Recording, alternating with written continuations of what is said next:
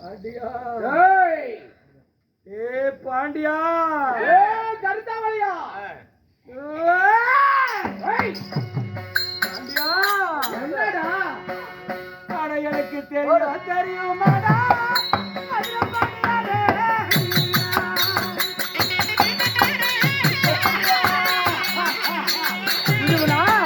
இவன் பொண்டாட்டி நான் விடு போறேனா கேட்கா மணிக்கா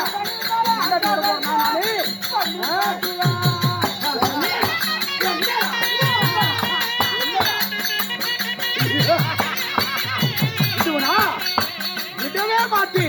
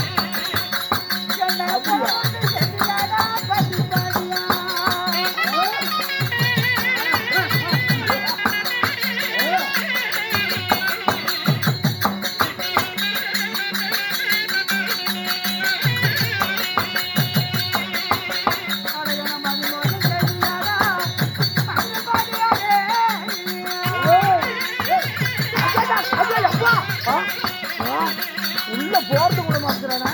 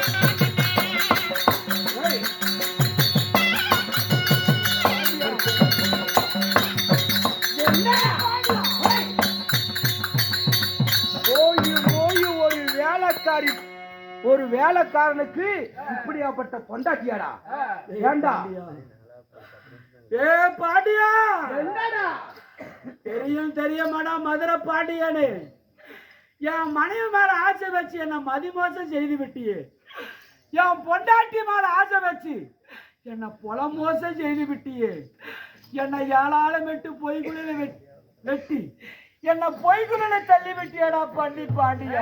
டேய், என் மனைவி மேல ஆசை வச்சியாடா பாண்டியா. உன் பொண்டாட்டிக்கு ஆசை வைத்து உன்னை தூக்கணும்டா.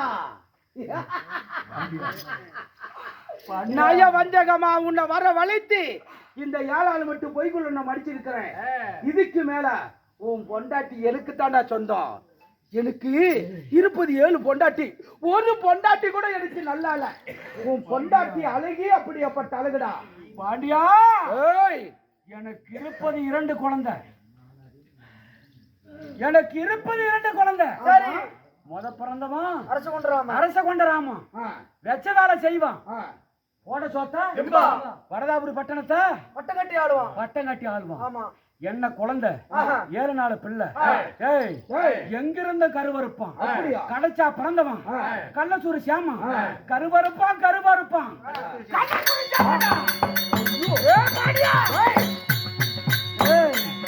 உன்னை கருவறுக்காத விட மாட்டான்டா. கடைச்சா பிறந்தவ கள்ளசூரி சாமா கருவறுக்காத விட மாட்டான்டா. டே பாண்டியா, அருவ கட்ட முட்டாளே, நீ யாராவது மட்டும் பொய்குள்ள படுத்துக்கிட்டு கருவறுப்பா கள்ளத்தூர் சேவங்கிரியே ரவப்போது குழந்தை. ஏண்டா உன் பொண்டாட்டிக்கு ஆசை வச்சேன். இந்த தென் மதுரையில இப்படியாப்பட்ட பேரழகை நான் பார்த்ததே கிடையாதுடா. தேவி பொம்மை கல்யாணி தந்தரமா என்ன வரவழைத்து இந்த பாண்டி என்னை 7 மெட்டு பொய்குழி வெட்டி என்னை மடிக்க செய்து விட்டாரே. உங்களை விட்டு நான் எப்படி நான் பிரிவது? 2 குழந்தையோடு இருக்கிறாயே, நீ எப்படி வாழ்வ? நீ எப்படி பிழைப்பா தேவி? அதனால அதுக்கு நான் தான் இருக்கிறல்ல. அதனால ஆணாக இருக்கக்கூடிய அப்பமார்களும் பெண்ணாக இருக்கக்கூடிய அம்மாமார்களும் பெரியோர்கள் சிறியோர்கள் அனைவருமே இருக்கிறார்கள். தர்மம் தலை காக்கும் என்று பெரியவர்கள் சொல்வார்கள். தாங்களிடத்தில் இருக்கக்கூடிய பொற்காசுகளை தர்மம் செய்தால் என் தலைமாட்டிலே வைத்துவிட்டு நான் மாடின் வடிந்து விட்டார் என் தேவி பொம்மை கல்யாணியும் 2 பிள்ளைகளோடு அதை வைத்து சந்தோஷமா பிழைப்பார்.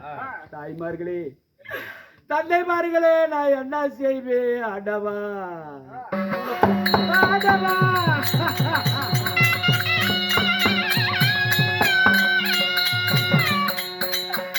தாய்மாரே, தந்தைமாரே,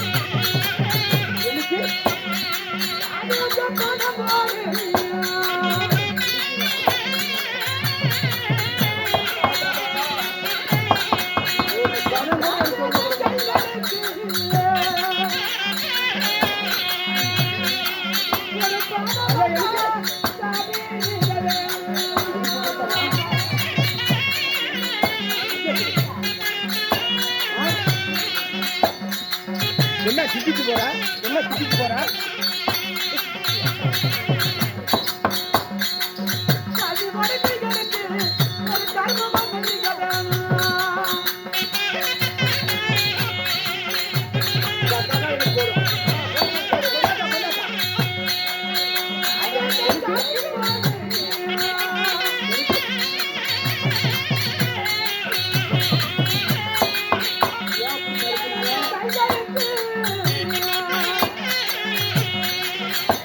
What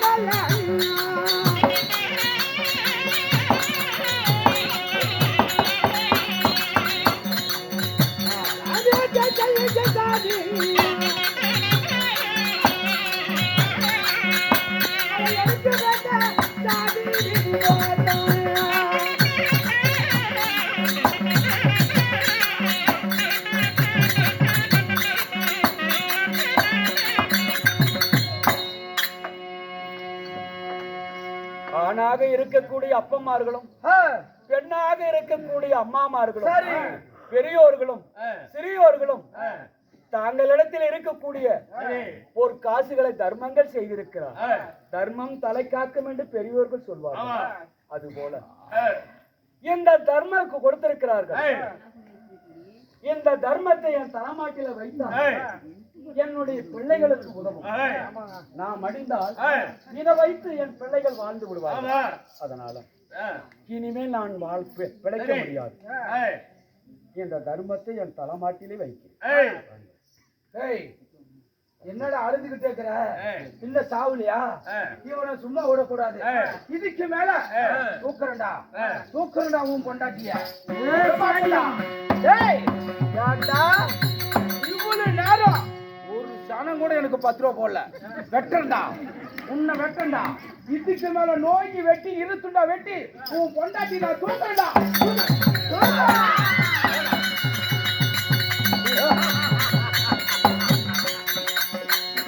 எனக்கு நீங்க காசு போடணும் போச்சு.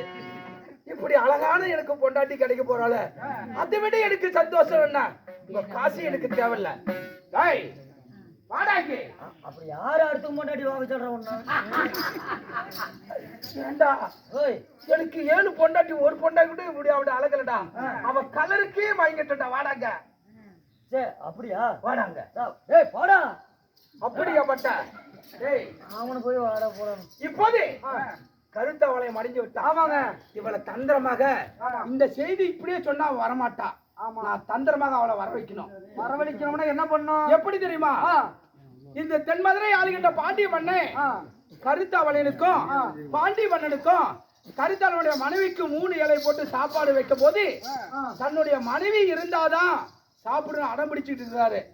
அப்படின்னு போய் பொண்டாட்டி வராது சாப்பிட மாட்டாருன்னு அடம் பிடிக்கிறாரு. சரி, அப்படி நான் எப்படி நம்புவேன்னா இந்த கல்யாண மோதிரத்தை கொண்டு போய் கொடு. காட்டினா வந்துருவா. காட்டினா உடனே வந்துருவா.